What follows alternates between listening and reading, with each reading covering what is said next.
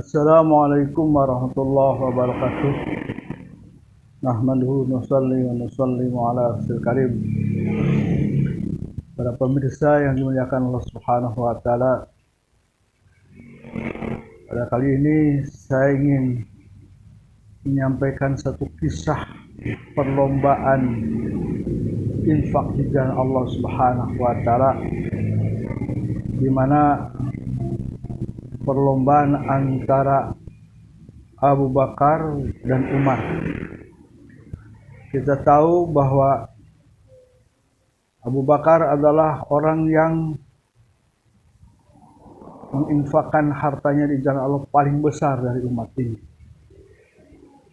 Dia sebelumnya memiliki 9 toko, 9 supermarket kalau kali ini mungkin kita menyebutnya. Nah, kemudian ketika dia masuk Islam, maka dia infakkan hartanya itu. Untuk apa? Untuk perjuangkan di jalan Allah Subhanahu wa taala, sehingga Rasulullah SAW sendiri menyatakan bahwa harta yang paling memberi manfaat bagiku dan bagi Allah adalah hartanya Abu Bakar. Melihat begitu banyak pengorbanan daripada Abu Bakar, maka Umar radhiyallahu pun merasa iri dengan keadaan pengorbanan daripada Abu Bakar ini. Maka pada satu momen ketika Rasulullah SAW menyerukan para sahabat untuk menginfakkan hartanya di jalan Allah Subhanahu wa taala pada perang Tabuk, maka terpikir oleh Umar bin Khattab radhiyallahu anhu, dia ingin menginfakkan hartanya melebihi daripada Umar radhiyallahu anhu. Maka dia berpikir, kali ini saya akan mengalahkan Abu Bakar Siddiq. Maka dia pulang ke rumah. Ketika pulang ke rumah, maka diambillah, dibagi setengah daripada hartanya. Kemudian dibawa kepada Rasulullah SAW.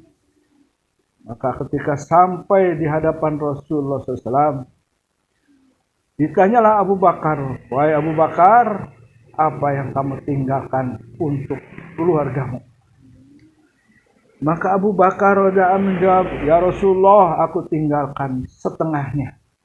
Aku tinggalkan serupa dengan yang aku bawa. Begitu tuan-tuan.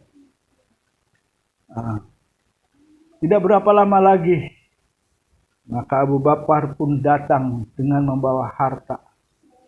Memang tidak nampak banyak tuan-tuan, karena memang pengorbanan Abu Bakar telah berlangsung lama. Maka dia membawa apa yang ada di rumahnya, dibawa tuan-tuan. Ketika sampai di hadapan Rasulullah SAW, maka dia menyampaikan, Rasulullah, aku infakkan hartaku ini untuk di jalan Allah. Maka ketika selesai menyampaikan perkataan semacam itu, maka Rasulullah SAW bertanya, wahai Abu Bakar, apakah yang kamu tinggalkan untuk keluargamu? Maka Abu Bakar menjawab, aku tinggalkan Allah dan Rasulnya. Gitu tuan-tuan. Jadi seluruh hartanya ini bagaimana dibawa, diinfakkan di jalan Allah. Maka pantas ya, kalau saja hartanya daripada seluruh umat ini diinfakkan ya Allah, maka belum seberapa dibanding dengan pengorbanan Abu Bakar. Maka ketika Umar mendengar perkataan dialog daripada Rasulullah SAW dengan para sahabat, maka Umar menyatakan tidak akan pernah bisa bersaing dalam menginfakkan hartanya di jalan Allah. Maka pantas tuan-tuan, salah satu di antaranya daripada umat Rasulullah SAW yang mendapatkan salam dari Allah, yaitu Abu Bakar. Yang pertama Siti Khadijah dan yang kedua Abu Bakar. Dalam satu momen Rasulullah SAW kedatangan Jibril dalam keadaan menggunakan pakaian daripada pelepah korma. Nah, maka dia melihat Abu Bakar, ternyata pakaiannya sama, Tuhan. Nah, dalam keadaan semacam itu, maka Rasulullah SAW bertanya gitu, wahai Jibril, mengapa kamu menggunakan pakaian sebagaimana pakaiannya Abu Bakar? Maka Jibril menyampaikan, ya Rasulullah, kami semua para malaikat ini diperintahkan oleh Allah Subhanahu wa taala untuk menggunakan pakaian sebagaimana pakaiannya Abu Bakar, sebagai rasa hormat terhadap Abu Bakar atas perjuangan mereka. Kemudian ditanya lagi Rasulullah SAW oleh Jibril, wahai Rasulullah, aku akan titip bertanya. Allah Subhanahu wa taala bertanya kepada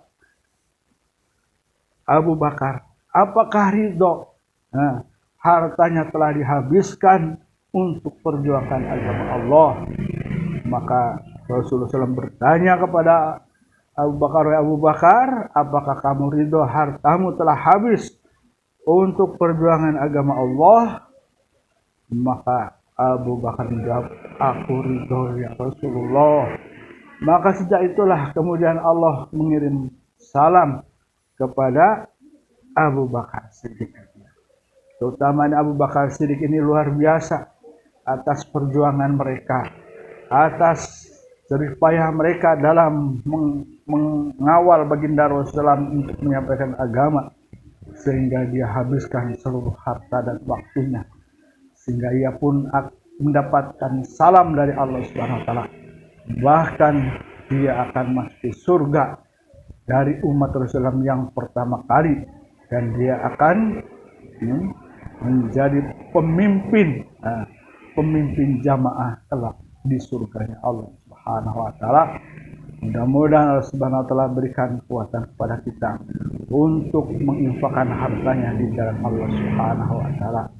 Kemudian kepada para pemirsa semua, barangkali ada yang mau menginfakkan hartanya di jalan Allah, baik infak sedekah maupun sedekah jariyah, boleh dilihat di dalam deskripsi.